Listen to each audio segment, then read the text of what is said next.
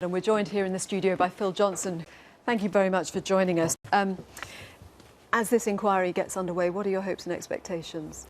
Well, I'm very glad that it's actually finally getting underway. It's been, a very long, hard struggle and a lot of campaigning by people like Phil and myself and many, many others to get this far. I mean, there have been false starts, it's been a very rocky road, but I hope that now we can look forward to it actually doing some proper investigative work and getting to the truth, to try and get justice for survivors.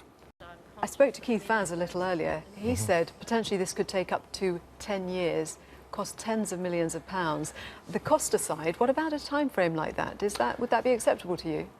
I think it'll have to take as long as it takes. I don't think that very many people in British society realise just the scale and scope of child abuse in our society and the extent to which it's been covered up by institutions and the failings of the authorities through social services, through the care home system, through churches and the police and investigators.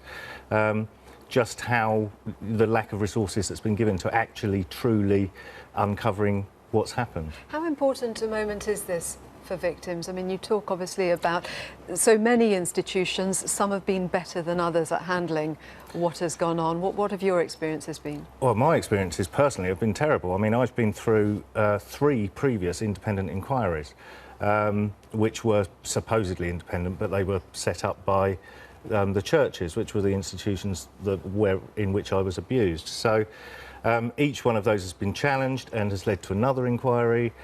So it's very important that we get to a full, proper, statutory independent inquiry, which is what we're on the brink of at the moment. I agree with Phil to a large extent about survivor representation. It's very important. The survivors are the experts in this. We cannot trust the institutions to hand over all the evidence because, as has happened in the churches in the past, a lot of the most incriminating evidence has been destroyed or lost. So it's very important that survivors are represented. We have now the VSCP, Victim and Survivors Consultative Panel, who the appointees are being announced today. They are currently negotiating their own terms of reference for their role within the inquiry. That is our voice at the moment. So it's important that people like Phil and I liaise very closely with them, lobby them, work with them to try and get survivors' voices heard by the inquiry panel and by Justice Goddard. You're obviously very strong to fight, but getting to this point clearly will not have been easy. Just tell us how this has defined you. I mean, does this dominate your life now, Phil? Well, it does, unfortunately. I mean, I've said in interviews and things before that, when you ask a child what they want to be when they grow up, nobody says, I want to be a professional survivor of child abuse. It's not something you want, but it does define your life. And those of us who are robust enough, like Phil and myself, to be able to campaign and stand up to society and the authorities, I think we have a duty to do so. And I think that it's a way of putting the horrendous experiences of our past to positive use and helping other people. One, really important factor in this inquiry is, I would encourage survivors to come forward and tell their stories. They are the experts. They're the people who know the truth. There are many people in authorities who are going to want to cover things up and hide them.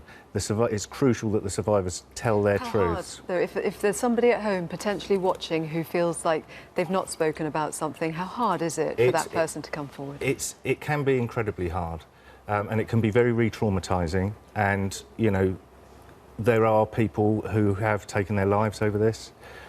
People who are in prisons, who have drug and alcohol problems, people who are in mental institutions.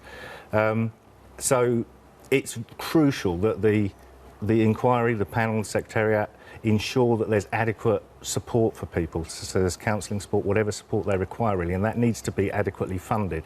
Now, I know this inquiry is going to be very, very expensive, but what price do you put on protecting our children and ensuring this doesn't continue to happen in the future?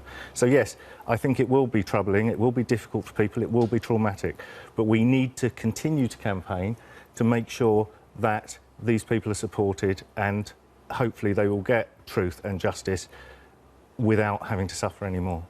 Phil Johnson from Minister and Clergy Sexual Abuse Survivors, thank you very much. Thank you.